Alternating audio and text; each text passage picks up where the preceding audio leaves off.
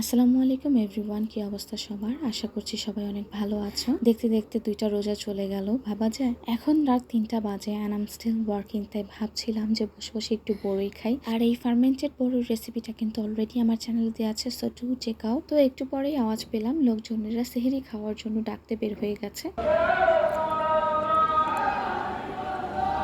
তো এরপরে আমিও সেহরি খেতে বসে পড়ি এবং বাসার সবাইকেই ডাকি। আর আজকে সেহরিতে ছিল ডাল চচ্চড়ি বোম্বাই মরিচ দিয়ে। তো ডাল চচ্চড়ি আমার কাছে বরাবরই ভালো লাগে, তোমাদের কাছে খেতে কেমন লাগে অবশ্যই আমাকে জানাবা। আর আজকের বোম্বাই মরিচটা খুবই খুবই এক্সেপশনাল ছিল, মানে এত সুন্দর ঘ্রাণ যে শুধু এই ডাল চচ্চড়ি আর বোম্বাই মরিচ দিয়ে 1 প্লেট ভাত খেয়ে ফেলা যায়। এর সাথে মা রান্না করেছিল মাছ ভুনা। এটা আমাদের গ্রামের পুকুরের ধরা মাছ। এটা হচ্ছে গিয়ে সব ধরনের মাছ ছিল এখানে, টাকি মাছ আর কই মাছ আর কি মাছ যেন ছিল। এই মাছটা এতটা ফ্রেশ ছিল, মানে অনেক দিন পরে আমি এতটা ফ্রেশ মাছ খেয়েছি।